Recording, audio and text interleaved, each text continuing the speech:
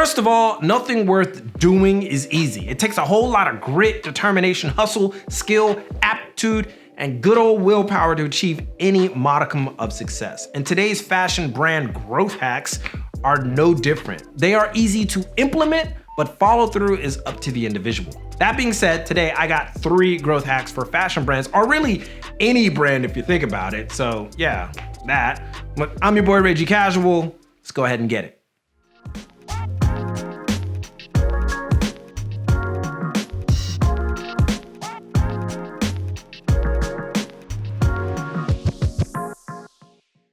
All right, before we get into the nitty gritty, just a note. If I were to give you pretty much every angle to these hacks, we'd be here all day. That's why we cover this stuff and more on our series class, available only on Patreon and for YouTube members. So if you want even more info, your support will be richly rewarded with a ton of extra content for the business-minded and people who just want to have some fun, just want to know stuff.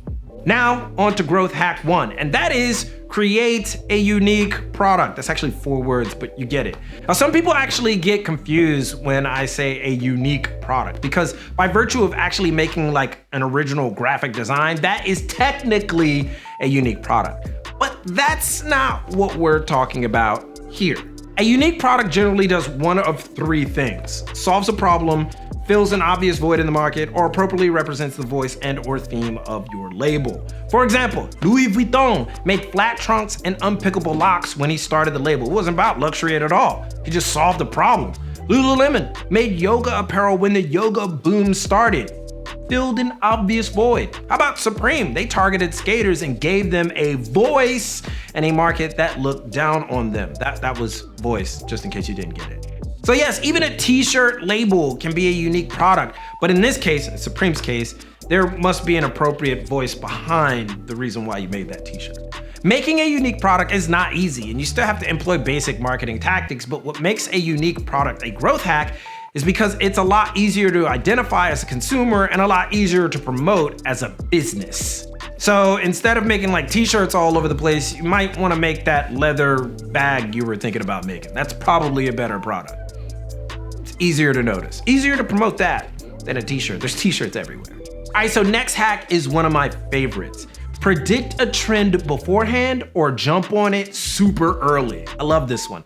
A lot of new labels do this to get a leg up. Minimal. They jump on something on the rise and use the trend to build cachet before releasing a more original product. Sometimes they may even just say whatever with the original product because the trend that they jumped on may be more lucrative to keep selling than they could have even predicted.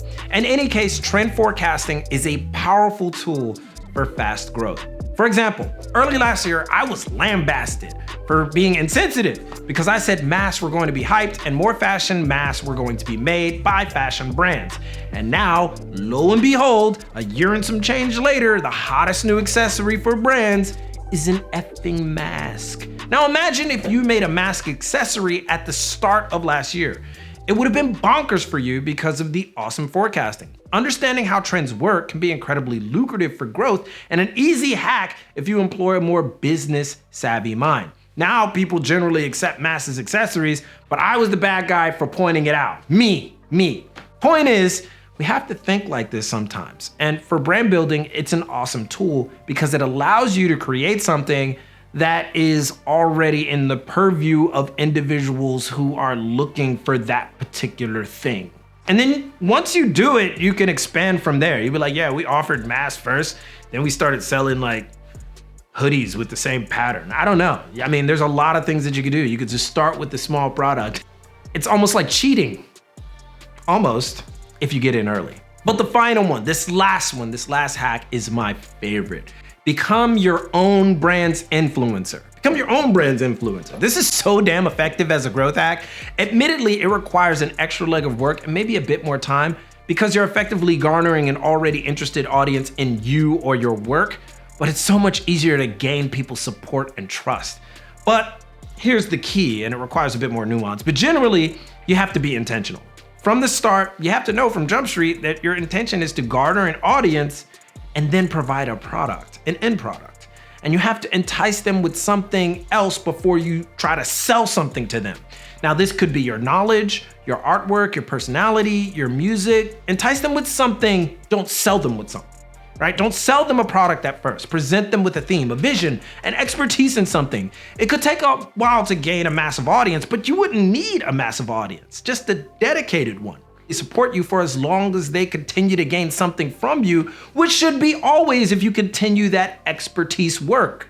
That's what's so great about that growth hack, because anybody that would support you is already there. You know who your customers are because they're paying attention to you. So that's always cool. If they're always, I mean, God, if you have people paying attention to you and then you bring something out and they trust you, they'd be like, dude, I like dude. He's pretty genuine. Or I like lady, dudette, homegirl, whatever. So I'm gonna support that person because I know what they're doing and I trust them. My favorite growth hack, favorite one, obviously. And that's just 3. There's a ton more and a ton more that goes into those 3. And all of that is revealed in our Patreon series class. And on top of that, if you decide to support, we got a private Discord that will help individuals build both fashion and personal brands. So if you want more, go there, at least check it out. But if you just want general tips, ask questions, post your comments in the comments below this video. Do all that. But most importantly, keep it locked right here for all of your info on international fashion, culture, and business from Tokyo. It's your boy, and keep it casual. Yoroshiku onegai shimasu. And I will see you guys in a minute.